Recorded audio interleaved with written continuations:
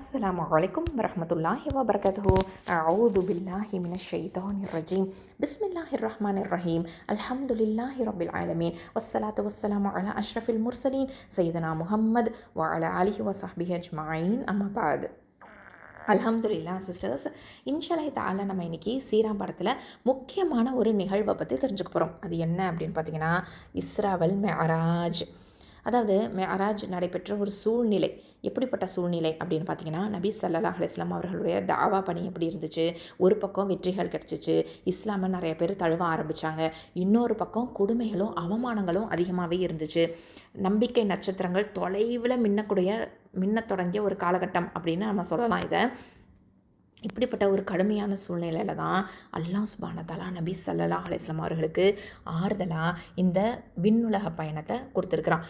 இந்த நிகழ்வை இஸ்லாமிய வரலாறில் மிஅராஜ் அப்படின்னு நம்ம சொல்லுவோம். அதாவது இந்த பயணம் எப்படிப்பட்டதாக இருந்துச்சு அப்படின்னு பார்த்தீங்கன்னா, ஃபிசிக்கலாகவும் ரியலாகவும் தான் இந்த ஜேர்னி இருந்துச்சு. அதாவது உடலோட நடைபெற்ற உண்மையான பயணம் அப்படின்னு நம்ம இதை சொல்லுவோம்.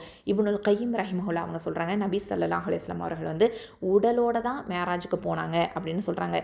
ஏன்னா இது கண்டிப்பாக கனவு கிடையாது, இது ஒரு உண்மையான பயணம் அப்படிங்கிறத நம்ம நம்பிக்கை கொள்ளணும். அடுத்ததாக பார்த்தீங்கன்னா, இந்த பயணம் எங்கேருந்து எங்கே அப்படின்னு பார்த்தீங்கன்னா, மஸ்ஜிதுல் ஹராம்லேருந்து மஸ்ஜிதுல் அக்ஸா வரைக்கும் போனாங்க. அதாவது பயணம் தொடங்கிய இடம் அப்படின்னு பார்த்தீங்கன்னா, மஸ்ஜிதுல் ஹராம், மக்கா, காபத்துல்லால. அடுத்ததாக ஜிப்ரீல் அலைஹிஸ்ஸலாம் நபி ஸல்லல்லாஹு அலைஹி வஸல்லம் அவங்கள புராக் அப்படிங்கிற வாகனத்தில் அழைச்சிட்டு போனாங்க. முதல்ல சென்ற இடம் எது அப்படின்னு பார்த்தீங்கன்னா, பைத்துல் முகத்தஸ், அதாவது மஸ்ஜிதுல் அக்ஸா அப்படின்னு நம்ம சொல்லுவோம். அல்லாஹ் சுப்ஹானஹு வ தஆலா குர்ஆனில் நமக்கு சொல்லி காமிக்கிறான். அதாவது சூரத்துல் இஸ்ரால, சுபஹானல்லதீ அஸ்ரா பிஅப்திஹி லைலம் மினல் மஸ்ஜிதில் ஹராமி இலல் மஸ்ஜிதில் அக்ஸா. அதாவது சுபஹானல்லதீ மிக பரிசுத்தமானவன், எத்தகையவன் தெரியுமா? அஸ்ரா அழைத்து சென்றான். யார் அழைச்சிட்டு போனால்? பி அபுதிஹி தன்னுடைய அடிமையை அழைச்சான். எப்போ? லைலன் இரவில் அழைச்சான். எங்கேருந்து எங்கே? மினல் மஸ்ஜிதில் ஹராமி இலல் மஸ்ஜிதில் அக்ஸா, அதாவது புனித மஸ்ஜிதில், அதாவது புனிதமான இந்த காபத்துல்லாலேருந்து அந்த மஸ்ஜிதுலேருந்து மஸ்ஜிதுல் அக்ஸாக்கு அழைச்சிட்டு போனதா அல்லாஹ் சுப்ஹானஹு வ தஆலா சூரத்துல் இஸ்ரால நமக்கு சொல்லி காமிக்கிறான். அல்ஹம்துலில்லாஹ், தன் அடியாரை இரவில் பயணிக்க செய்தவன் மிக பரிசுத்தமானவன் அப்படின்னு நமக்கு சொல்லி காமிக்கிறான். அடுத்ததாக பார்த்தீங்கன்னா, புராக் அப்படிங்கிற இந்த விண்ணுலக வாகனம் அப்படின்னு சொல்லுவோம். இதில் அழைச்சிட்டு போனதாக நமக்கு சொல்லப்பட்டிருக்குது இல்லையா? அது எப்படிப்பட்டது அப்படின்னு நம்ம தெரிஞ்சுக்கணும். அதாவது குதிரையை விட சின்னது, கோவேறு கழுதையை விட பெருசு, நபிமார்களுக்கு மட்டுமே வழங்கப்பட்ட சிறப்பு வாகனம் அப்படின்னும் இது நமக்கு சொல்லப்பட்டிருக்குது. மஸ்ஜிதுல் அக்ஸாவுடைய கதவு வளையத்தில் இது கட்டப்பட்டிருந்துச்சு அப்படிங்கிறத நம்ம ஹதீஸ்லேருந்து தெரிஞ்சுக்கிறோம். அங்கே போயிட்டு என்ன நடந்துச்சு அப்படின்னு பார்த்தீங்கன்னா, மஸ்ஜிதுல் அக்ஸாவை ரீச் ஆனதுக்கப்புறமா எல்லா நபிமார்களுக்குமே இமாமாக நின்று நபி ஸல்லல்லாஹு அலைஹி வஸல்லம் அவர்கள் தொழுகை நடத்தியிருக்கிறாங்க. அல்ஹம்துலில்லாஹ். அடுத்ததாக பார்த்தீங்கன்னா, நபி ஸல்லல்லாஹு அலைஹி வஸல்லம் அவங்களுடைய உயரிய நிலையை இது காட்டுது இல்லையா? நபித்துவத்தோட தலைமையை உறுதிப்படுத்தக்கூடியதாகவும் இந்த ஒரு நிகழ்வு நமக்கு காமிக்குது. அடுத்ததாக பார்த்தீங்கன்னா, 7 வானங்களுக்கு பயணம் பண்ணுறாங்க. அதாவது மஸ்ஜிதுல் அக்ஸாலேருந்து 7 வானங்களுக்கு பயணம் பண்ணுறாங்க. இதுதான் மிஅராஜ் அப்படின்னு நம்ம சொல்கிறோம். முதல் வானத்தில் யாரை சந்தித்தாங்க அப்படின்னு பார்த்தீங்கன்னா, ஆதம் அலைஹிஸ்ஸலாமை சந்தித்தாங்க. ஆதம் அலைஹிஸ்ஸலாம் வலப்புறத்தில் நல்லோர்களை பார்க்குறாங்க, ஆதம் அலைஹிஸ்ஸலாமுடைய இடப்புறத்தில் தீயோரை பார்க்குறாங்க. அல்ஹம்துலில்லாஹ். அடுத்ததாக 2வது வானத்துக்கு பயணம் பண்ணுறாங்க. அங்கே யஹ்யா அலைஹிஸ்ஸலாமையும் ஈசா அலைஹிஸ்ஸலாம் அவர்களையும் சந்திக்கிறாங்க. 3வது வானத்துக்கு போகிறாங்க. அங்கே யாரை சந்திக்கிறாங்க? யூசுஃப் அலைஹிஸ்ஸலாமை சந்திக்கிறாங்க. 4வது வானத்துக்கு போகிறாங்க. அங்கே யாரை சந்திக்கிறாங்க? இத்ரீஸ் அலைஹிஸ்ஸலாமை சந்திக்கிறாங்க. அல்லாஹ் சுப்ஹானஹு வ தஆலா குர்ஆனில் நமக்கு சொல்லி காமிக்கிறான். அதாவது ஒதுக்குர் ஃபில் கிதாபி இத்ரீஸ் அப்படின்னு சொல்கிறான். அதாவது நபியே, இவ்வேதத்தில் இத்ரீஸை பற்றியும் நினைவு கூறுவீராக. இன்னஹு கான சித்திகன் நபியா அப்படின்னு சொல்கிறான். நிச்சயமாக அவர் சித்திக்காக, மிக்க சத்தியவானாக, நபியாக இருந்தார் அப்படின்னு நமக்கு சொல்லி காமிக்கிறான். அது மட்டும் இல்லாமல் வ ரஃபஅனாஹு மகானன் அலியா அப்படின்னு சொல்கிறான். அதாவது மேலும் நாம் அவரை ஒரு உயரிய இடத்தில் உயர்த்தினோம் அப்படின்னு நமக்கு சொல்லி காமிக்கிறான். அப்போது இத்ரீஸ் அலைஹிஸ்ஸலாமை எங்கே சந்தித்தாங்க? 4வது வானத்தில் சந்திக்கிறாங்க. அடுத்ததாக பார்த்தீங்கன்னா 5வது வானத்தில் யாரை சந்திக்கிறாங்க தெரியுமா? ஹாரூன் அலைஹிஸ்ஸலாம் அவர்களை சந்திக்கிறாங்க. 6வது வானத்தில் யாரை சந்திக்கிறாங்க? மூசா அலைஹிஸ்ஸலாமை சந்திக்கிறாங்க. அவங்க வந்து அங்கே கொஞ்சம் அழுகுறாங்க. ஏன்னா என் உம்மத்தை விட உங்கள் உம்மத்தில் அதிகம் பேர் சொர்க்கம் போவாங்க அப்படின்னு சொல்கிறாங்க. ஆனாலும் அவங்க உம்மத்தில் அதிகமாக சொர்க்கம் போகாததுனால அவங்களுக்கு துக்க நிலையில் இருக்கிறாங்க அப்படிங்கிறத நம்ம தெரிஞ்சுக்கிறோம். அடுத்ததான் 7வது வானத்துக்கு பயணம் பண்ணுறாங்க. அங்கே யாரை சந்திக்கிறாங்க அப்படின்னு பார்த்தீங்கன்னா இப்ராஹிம் அலைஹிஸ்ஸலாம் அவர்களை வந்து சந்திக்கிறாங்க. அவங்க வந்து பைத்துல் மஅமூரில் சாஞ்சு அமர்ந்திருக்கிறாங்க அப்படிங்கிற செய்தி நமக்கு ஹதீஸ்கள்லேருந்து கிடைக்குது. அல்ஹம்துலில்லாஹ். அது 7வது வானத்துக்கு பிற்பாடு எங்கே போகிறாங்க அப்படின்னு பார்த்தீங்கன்னா சித்ரத்துல் முன்தஹாக்கு பயணம் பண்ணுறாங்க. சித்ரத்துல் முன்தஹாவை வந்து எப்படிப்பட்டதாக இருக்குது அப்படின்னு பார்த்தீங்கன்னா அது வந்து இலந்தை மரம் அப்படின்னு நமக்கு குர்ஆனில் சொல்லப்பட்டிருக்குது. அதனுடைய பழங்கள் எப்படி தெரியுமா இருக்கும்? ஹஜர் நாட்டு பானைகள் போல இருக்கும் அப்படின்னு சொல்கிறாங்க. இலைகள் வந்து யானை காதுகள் மாதிரி அந்த அளவுக்கு பிரம்மாண்டமாக பெருசாக இருக்கும் அப்படின்னு சொல்லப்பட்டிருக்கு. அதனுடைய அழகை வந்து எந்த படைப்புமே விவரிக்க முடியாது அப்படின்னும் சொல்லப்படுது. சூரா நஜ்மில் 53லேருந்து வந்து சொல்லப்பட்டிருக்குது. சூரா நஜ்மில் அதாவது 53ல் 13லேருந்து 18 வரைக்கும் உள்ள ஆயத்துக்களில் அல்லாஹ் சுப்ஹானஹு வ தஆலா சொல்லி காமிக்கிறான் இதை பற்றி. வலக்கத் ரஆஹு நஸ்லதன் உஹ்ரா, திட்டவட்டமாக அவர் நபி முஹம்மது ஸல்லல்லாஹு அலைஹி வஸல்லம் அவர்கள் அவரை ஜிப்ரீலை மற்றொரு முறை பார்த்தார். இந்த சிதறத்தில் முன்தஹா, சிதறத்துல் முன்தஹா என்ற இடத்தில், இந்தஹா ஜன்னத்துல் மஅவா, அங்குதான் அல் மஅவா சொர்க்கம் இருக்கிறது. இது யக்ஷ சிதறத மா யக்ஷா, எது சூழ்ந்து கொள்ளுமோ அது அந்த இலந்தை மரத்தை சூழ்ந்து கொள்ளும்போது தூதர் வானவரை மற்றொரு முறை பார்த்தார். மா ஜாகல் பசரு வமா தகா, நபியின் பார்வை அவர் பார்த்ததை விட்டும் இங்கும் அங்கும் சாயவும் இல்லை, இன்னும் அல்லாஹ் அவருக்கு நிர்ணயித்த எல்லையை மீறவும் இல்லை. லகத் ரஅ மின் ஆயாதி ரப்பிஹில் குப்ரா, திட்டவட்டமாக அவர் தனது இறைவனின் பெரிய அத்தாட்சிகளில் ஒன்றை பார்த்தார் அப்படின்னு அல்லாஹ் சுப்ஹானஹு வ தஆலா இந்த சூரத்துன் நஜ்மில் நமக்கு சொல்லி காமிக்கிறான். அல்ஹம்துலில்லாஹ். அடுத்ததாக வந்து அவங்க பைத்துல் மஅமூரை பார்க்குறாங்க. அங்கே வந்து தினமுமே 70,000 மலக்குகள் அங்கே வந்து இபாதத்து செய்ய வருவாங்க. ஒரு முறை நுழைஞ்சவங்க மீண்டுமே திரும்ப வரமாட்டாங்க. அந்த அளவுக்கு மலக்குமார்களுடைய எண்ணிக்கை அதிகமாக இருக்கும் அப்படின்னு நமக்கு சொல்லப்பட்டிருக்குது. அடுத்ததாக அவங்க என்ன பார்க்குறாங்க அப்படின்னு பார்த்தீங்கன்னா ஸ்வர்க்கத்தை பார்க்குறாங்க, ஆறுகளையும் பார்க்குறாங்க. சொர்க்கத்துடைய மண் வந்து கஸ்தூரி அப்படின்னு நமக்கு சொல்லப்பட்டிருக்குது. அது மட்டும் இல்லாமல் அங்கே 4 ஆறுகள் அவங்க வந்து பார்க்குறாங்க. வெளிரங்கமாக வந்து நைல் நதியும் ஃபுராத் நதியும், அதாவது நைல் அண்ட் யுஃப்ரைட்ஸ் அப்படின்னு நம்ம சொல்லுவோம், அதை பார்க்குறாங்க. உள்புறமாக வந்து சொர்க்க ஆறுகளை அவங்க பார்க்குறாங்க. அல்ஹம்துலில்லாஹ். அதுக்கப்புறம் அவங்களுக்கு வந்து என்ன நடக்குது அப்படின்னு பார்த்தீங்கன்னா சலாவை வந்து அல்லாஹ் சுப்ஹானஹு வ தஆலா பரிசளிக்கிறான், கிஃப்டாக கொடுக்குறான். தொழுகையை வந்து கடமையாக்கப்பட்டிருக்குது. முதல்ல வந்து 50 நேர தொழுகை வந்து கடமையாக்கப்பட்டிருந்துச்சு. மூசா அலைஹிஸ்ஸலாமுடைய ஆலோசனைப்படி அது கொஞ்சம் கொஞ்சமாக குறைஞ்சு 5 நேர தொழுகையாக ஆக்கப்பட்டிருக்குது. ஆனால் நன்மை எப்படிப்பட்டது? 50 நேரத்தோட நன்மை நமக்கு வழங்கப்பட்டிருக்குது. அல்ஹம்துலில்லாஹ். இதையும் நம்ம வந்து தெரிஞ்சுக்கிறோம். அடுத்ததாக பார்த்தீங்க அப்படின்னு சொன்னால் அதற்கு பிற்பாடு நபி ஸல்லல்லாஹு அலைஹி வஸல்லம் அவர்களுக்கு வந்து பாலும் மதுவும் வழங்கப்படுது. இதில் எதை நீங்கள் தேர்ந்தெடுப்பீங்க அப்படின்னு ஒரு கேள்வி கேட்கப்படுது. அதுக்கு நபி ஸல்லல்லாஹு அலைஹி வஸல்லம் அவர்கள் வந்து பாலை தேர்ந்தெடுத்திருக்காங்க. அது வந்து இயற்கை நெறி ஃபித்ரா அப்படின்னு அவங்களுக்கு வந்து சொல்லப்பட்டிருக்குது. அல்ஹம்துலில்லாஹ். அடுத்ததாக பார்த்தீங்கன்னா அவங்க நரக காட்சிகளை பார்க்குறாங்க. அனாதைகளோட சொத்தை சுரண்டுனவங்களை பார்க்குறாங்க, வட்டி வாங்கினவங்களை பார்க்குறாங்க, விபச்சாரிகளை பார்க்குறாங்க, தவறான உறவால் குழந்தை பெற்ற பெண்களை பார்க்குறாங்க. இதெல்லாமே அங்கே வந்து பார்க்குறாங்க. அது மட்டும் இல்லாமல் அவங்களுக்கு கிடைக்கக்கூடிய தண்டனைகளையும் பார்க்குறாங்க. அதுக்கப்புறம் வேறு யாரை பார்க்குறாங்க அப்படின்னு பார்த்தீங்கன்னா நரக காவலாளர் மாலிக் அலைஹிஸ்ஸலாம் அவங்கள பார்க்குறாங்க. அதாவது அவங்க வந்து எப்படிப்பட்டவங்களாக இருக்கிறாங்கன்னா சிரிக்கிறதே கிடையாது. அவங்களுடைய முகம் வந்து ரொம்ப கடுமையான முகமாகவே இருந்திருக்குது. இதையும் வந்து நமக்கு சொல்லப்பட்டிருக்குது. சூரா ஜுஹ்ருஃபில் பார்த்தீங்க அப்படின்னு சொன்னால் 77வது ஆயத்தில் வனாதவ் யா மாலிகு லி யக்தி அலைனா ரப்புக் கால இன்னக்கும் மாக்கிசூன் அப்படின்னு சொல்லப்படுது. அப்படின்னா என்ன அர்த்தம்? இன்னும் மாலிக்கே, உமது இறைவன் எங்களை அழித்து விடட்டும் என்று கூறி அவர்கள் நரகத்தின் காவலாளியான மாலிக்கை அழைப்பார்கள்.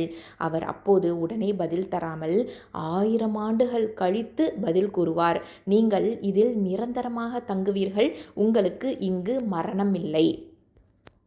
அதாவது அந்த அளவுக்கு வந்து அவங்க எப்படிப்பட்டவங்களாக இருக்கிறாங்க அப்படின்னு பார்த்திங்கன்னா, ரொம்ப ரொம்ப வந்து நரகத்துடைய காவலாளியாக இருக்கக்கூடிய மாலிக் அவர்கள் சிரிக்கிறதே கிடையாது. கடுமையான முகத்தோடு தான் அவங்க வந்து அங்கே இருக்க முடியுது அப்படிங்கிறத நம்ம தெரிஞ்சுக்கிறோம். அது மட்டும் இல்லாமல் திரும்பவும் அவங்க பூமிக்கு வந்ததுக்கு பிற்பாடு குறைஷிகளுக்கு வந்து ஆதாரத்தை வந்து நபி ஸல்லல்லாஹு அலைஹி வஸல்லம் அவர்கள் வந்து வழங்குறாங்க. அதாவது பைத்துல் முகத்திஸினுடைய அடையாளங்களை சொல்கிறாங்க. அதுக்கப்புறம் வியாபார கூட்டத்துடைய விவரங்களை சொல்கிறாங்க. காணாமல் போன ஒட்டகத்தை பற்றி எல்லாமே சொல்லி காமிக்கிறாங்க. ஆனாலும் அந்த குறைஷிகள் அதை நம்பவே இல்லை. ஆனால் அங்கே அபூபக்கர் சித்திக் ரலியல்லாஹு அன்ஹு உடனே அதை நம்பினாங்க. அதனால தான் அவங்க சித்திக் அப்படின்னும் அழைக்கப்பட்டாங்க, உண்மையாளர் அப்படின்னும் அழைக்கப்பட்டாங்க. சுப்ஹானல்லாஹ். அதாவது இதிலேருந்து நம்ம தெரிஞ்சுக்கக்கூடிய முக்கியமான விஷயம் என்ன அப்படின்னு பார்த்திங்கன்னா, தொழுகை. இது இஸ்லாத்துடைய ஒரு முதுகெலும்பு அப்படின்னு நம்ம சொல்லுவோம். அந்த அளவுக்கு வந்து இது இஸ்லாத்துடைய தூணாக விளங்குது. சுப்ஹானல்லாஹ்.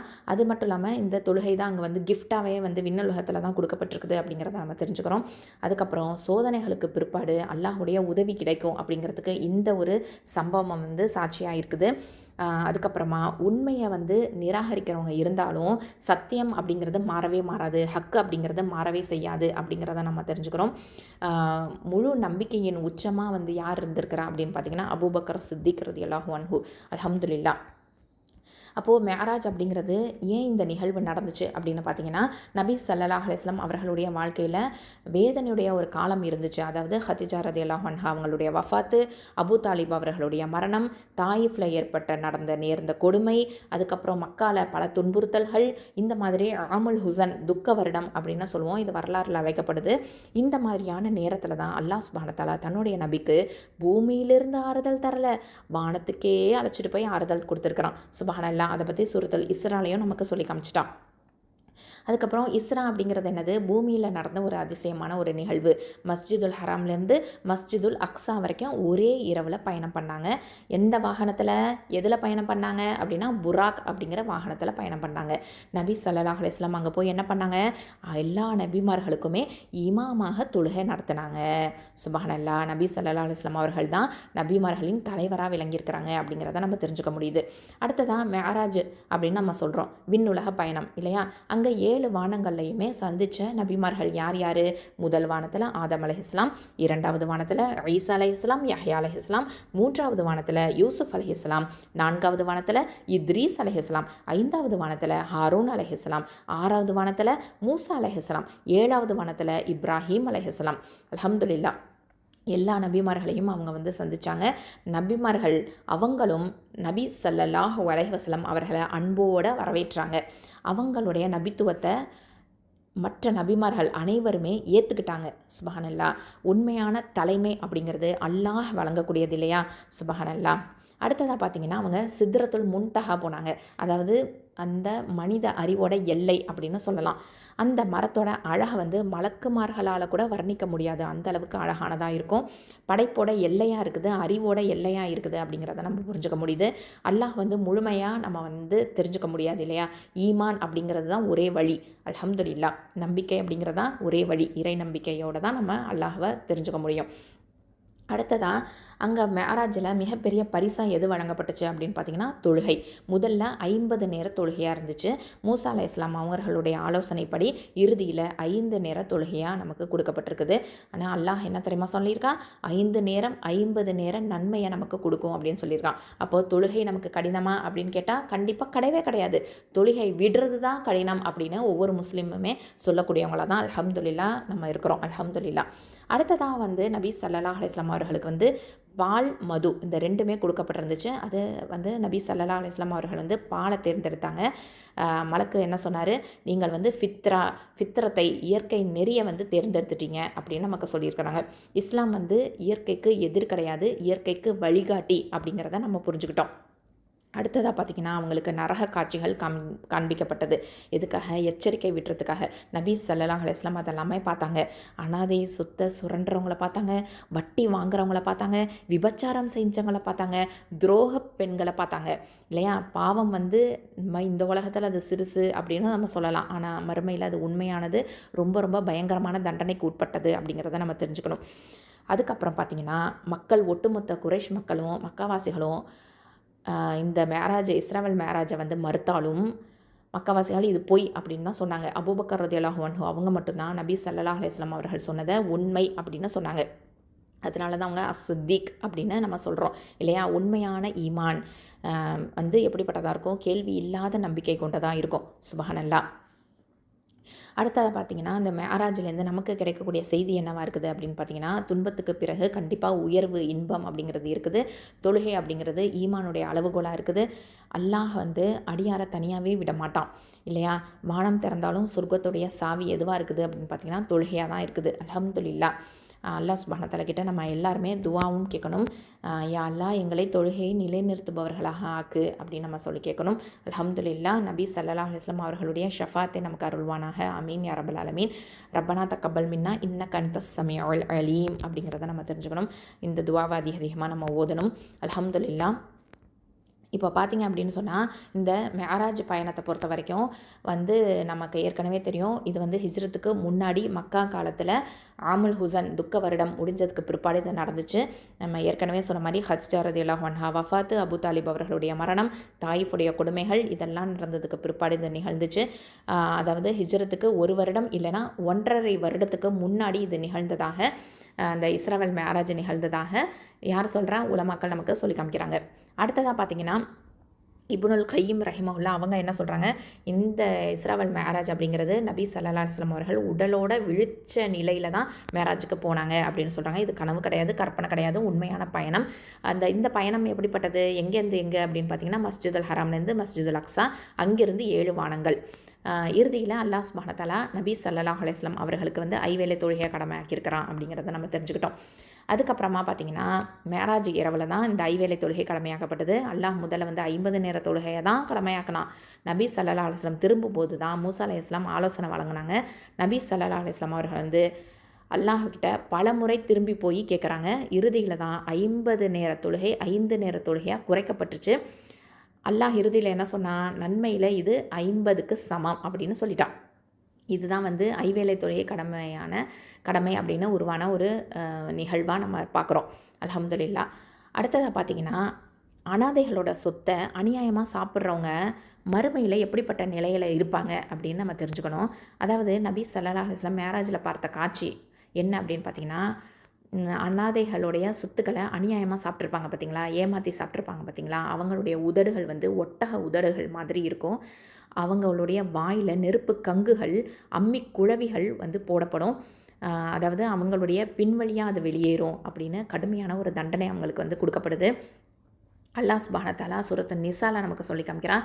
இன்னல்லதீன யஅகுலூன அம்வாலல் யதாமா ஸுல்மன் இன்னமா யஅகுலூன ஃபீ புதூனிஹிம் நாரன் அப்படின்னு நமக்கு சொல்லி காமிக்கிறான். அதாவது அனாதைகளின் சொத்துக்களை அநியாயமாக சாப்பிடுவோர் தங்கள் வயிற்றில் நெருப்பையே சாப்பிடுகிறார்கள் அப்படின்னு சொல்கிறான். இதுலேருந்து நம்ம வந்து அனாதை சொத்து சாப்பிட்றவங்களுக்கு நெருப்பு தான் தண்டனை அப்படிங்கிறத நம்ம தெரிஞ்சுக்கிறோம் இல்லையா. நெருப்பு கங்கை தான் அவங்க வந்து சாப்பிடுவாங்க அப்படிங்கிறத நம்ம தெரிஞ்சுக்கிட்டோம். அதே மாதிரி வட்டி வாங்கிட்டு இருப்பாங்க இல்லையா இந்த உலகத்தில், அவங்களுடைய நிலைமை எப்படி தெரியுமா இருக்கும்? வயிறுகள் வந்து ரொம்ப பெருசாக அவங்களுக்கு இருக்கும். அந்த பெரிய அந்த வயிறு காரணமாக அவங்களுக்கு எப்படி என்ன நடக்கும் அப்படின்னு பார்த்திங்கன்னா, அவங்க இடத்துல வந்து எந்த பக்கமுமே அவங்களால திரும்ப முடியாத ஒரு நிலை இருக்கும். அவ்வளோ பெரிய வயிறு இருக்கும். அதனால் அவங்களால டேர்ன் கூட பண்ண முடியாது. அப்படி அவங்க வந்து திரும்ப முடியாத ஒரு நிலை இருக்கும். அந்த மாதிரி நேரத்தில் தான் நரகத்துலேருந்து ஃபிரௌனுடைய குடும்பத்தார் வந்து கொண்டு வரப்படுவாங்க. அவங்க வந்து இந்த வட்டியாளர்களை வந்து கடந்து போவாங்க.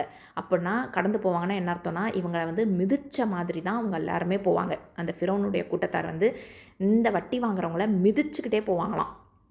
இந்த சம்பவத்தை வந்து பார்த்துருக்குறாங்க. அடுத்ததாக பார்த்திங்கன்னா, விபச்சாரம் செய்கிறவங்கள பார்த்துருக்குறாங்க. அவங்க வந்து ஒரு பக்கம் எப்படி இருக்கும், அவங்களுக்கு இந்த விபச்சாரம் செய்தவங்கக்கிட்ட ஒரு பக்கமாக கொழுத்த நல்ல சுத்தமான இறைச்சி துண்டுகள்லாமே இருக்கும். இன்னொரு பக்கம் என்ன இருக்குன்னா, துர்நாற்றம் வீசக்கூடிய அருவருப்பான மெலிந்த இறைச்சி துண்டுகள் இருக்கும். ஆனால் அவங்க வந்து நல்ல இறைச்சியை விட்டுட்டு துர்நாற்றம் வீசக்கூடிய அருவருப்பான இறைச்சியை தான் சாப்பிட்டுட்டு இருப்பாங்களாம். யாருங்க? விபச்சாரம் செய்கிறவங்க. அதுக்கப்புறமா வேறு யார் அப்படின்னு பார்த்திங்கன்னா, பிற ஆண்கள் மூலமாக குழந்தை பெற்ற பெண்கள். அதாவது அப்படின்னா என்ன அர்த்தம்? கணவனை ஏமாற்றிய பெண்கள் அப்படின்னு அர்த்தம். நபி ஸல்லல்லாஹு அலைஹி வஸல்லம் அவங்கள பார்க்குறாங்க. அதாவது பிற ஆண்கள் மூலமாக குழந்தை பெற்றுக்கிட்டு அவங்க என்ன சொல்லுவாங்க தெரியுமா? தன்னுடைய கணவன் மூலமாக பெற்ற குழந்தை அப்படின்னு பொய் சொல்லுனா பெண்கள். அவங்களுக்கு எப்படிப்பட்ட தண்டனை தெரியுமா? அவங்களுடைய மார்பகங்கள் கட்டப்பட்டிருக்கும். ஆனால் அதிலேயே அவங்க வந்து தொங்கி கொண்டிருப்பாங்களாம். நஅூதுபில்லா. அந்த அளவுக்கு வந்து அவங்களுக்கு கடுமையான தண்டனை கொடுக்கப்படும். அப்போது இதுலேருந்து நம்ம வந்து தெரிஞ்சுக்கக்கூடிய விஷயம் என்ன அப்படின்னு பார்த்திங்கன்னா, இந்த மாதிரி பாவங்கள் எல்லாமே இந்த உலகத்தில் வந்து மன்னிக்கக்கூடியதாவோ இல்லை சிறியதாக வந்து இருக்கலாம். ஆனால் மறுமையில் அதுக்கு பெரிய தண்டனைகள் இருக்குது அப்படிங்கிறத கண்டிப்பாக நம்ம வந்து உணரணும். மேராஜ் பயணம் அப்படிங்கிறது பயமுறுத்துறதுக்காக அல்ல, எச்சரிக்கவும் காப்பாற்றுறதுக்கும் தான் அப்படிங்கிறத நம்ம புரிஞ்சுக்கணும். இஸ்ராவல் மேராஜ்லேருந்து நம்ம பெறக்கூடிய பாடங்கள் என்னென்ன அப்படின்னு பார்த்திங்கன்னா, முதல் விஷயம், சோதனைகளுக்கு பிற்பாடு அல்லாஹ்வின் உயர்வு கண்டிப்பாக இருக்குது. நபி ஸல்லல்லாஹு அலைஹி வஸல்லம் அவர்களுடைய வாழ்க்கையில் கடுமையான துன்பங்கள் இருந்துச்சு, அவமானங்கள் இருந்துச்சு, தனிமை இருந்துச்சு. அந்த நேரத்தில் தான் அல்லாஹ் அவர்களை வந்து வானத்துக்கு உயர்த்தினான். ஒரு அடியார் வந்து பொறுமையோடு நிலச்சிருந்தாங்க அப்படின்னு சொன்னால் அல்லாஹ் கண்டிப்பாக அவங்கள உயர்த்துவான் அப்படிங்கிறத நம்ம இதிலேருந்து தெரிஞ்சுக்கிட்டோம். அடுத்ததாக பார்த்திங்கன்னா, இஸ்லாம் அப்படிங்கிறது உண்மையான இயற்கை மார்க்கம். அதாவது பாலும் மதுவும் வந்து வழங்கப்பட்டப்போ நபி ஸல்லல்லாஹு அலைஹி வஸல்லம் அவர்கள் வந்து பாலை தான் தேர்ந்தெடுத்தாங்க. இது வந்து இயற்கை நெறிய, அதாவது ஃபித்ரத்தை குறிக்குது. இஸ்லாம் வந்து மனித இயற்கைக்கு எதிர் கிடையாது, மனித இயற்கையை பாதுகாக்கக்கூடிய மார்க்கம் அப்படிங்கிறத நம்ம இந்த சம்பவத்திலேருந்து தெரிஞ்சுக்கிட்டோம். அடுத்ததான் பார்த்திங்கன்னா, தொழுகை. இது வந்து வானத்தில் கிடைச்ச ஒரே கட்டளை.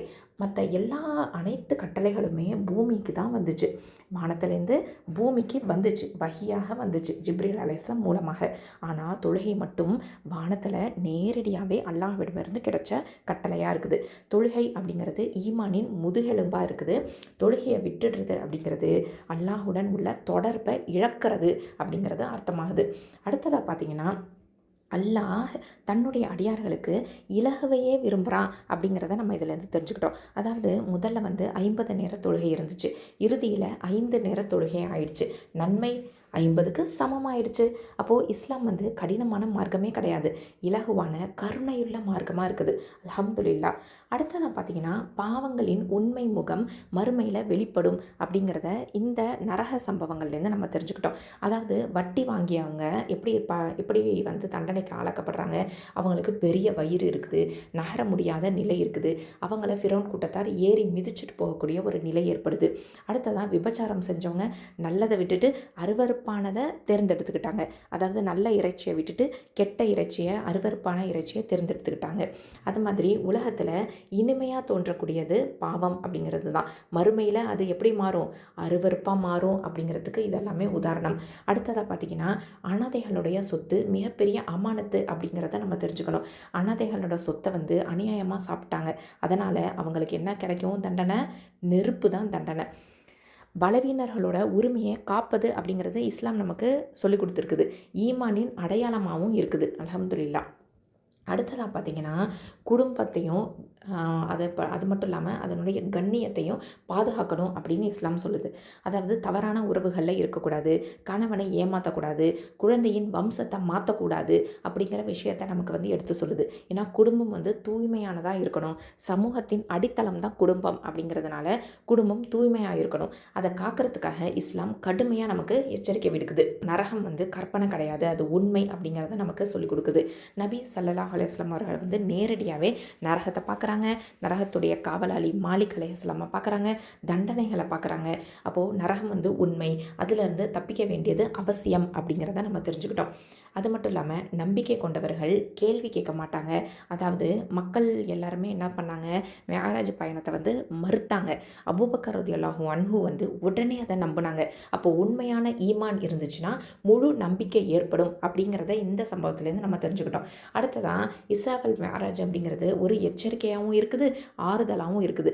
பாவிகளுக்கு எச்சரிக்கையாக இருக்குது, நம்பிக்கையாளர்களுக்கு ஆறுதலாக இருக்குது, பொறுமையாளர்களுக்கு உயர்வை கொடுக்குது. அல்லாஹ் வந்து அனைத்தையும் பார்த்துக்கிட்டே இருக்கிறான், எதுவுமே வீணாக போகாது அப்படிங்கிறத நம்ம உறுதியாக நம்பிக்கை கொள்கிறோம். தொழுகையை பிடிச்சுக்கணும், பாவங்களை விட்டு விலகிடணும், நம்பிக்கையோடையும் பொறுமையோடு நம்ம இருக்கணும் அப்படிங்கிறத நமக்கு தெரிஞ்சுக்கிட்டோம். அல்ஹம்துலில்லாஹ். மேராஜ் அப்படிங்கிறது வந்து ஒரு வாழ்க்கை வழிகாட்டியாகவே இருக்குது அப்படிங்கிறத அல்ஹம்துலில்லாஹ் இந்த சம்பவங்கள் மூலமாக தெரிஞ்சுக்கிட்டோம். அஸ்ஸலாமு அலைக்கும் வரஹ்மத்துல்லாஹி வபரகாத்துஹு. சுப்ஹானக்கல்லாஹும்ம வபிஹம்திக அஷ்ஹது அல்லா இலாஹா இல்லா அன்த் அஸ்தக்ஃபிருக வ அதூபு இலைக்.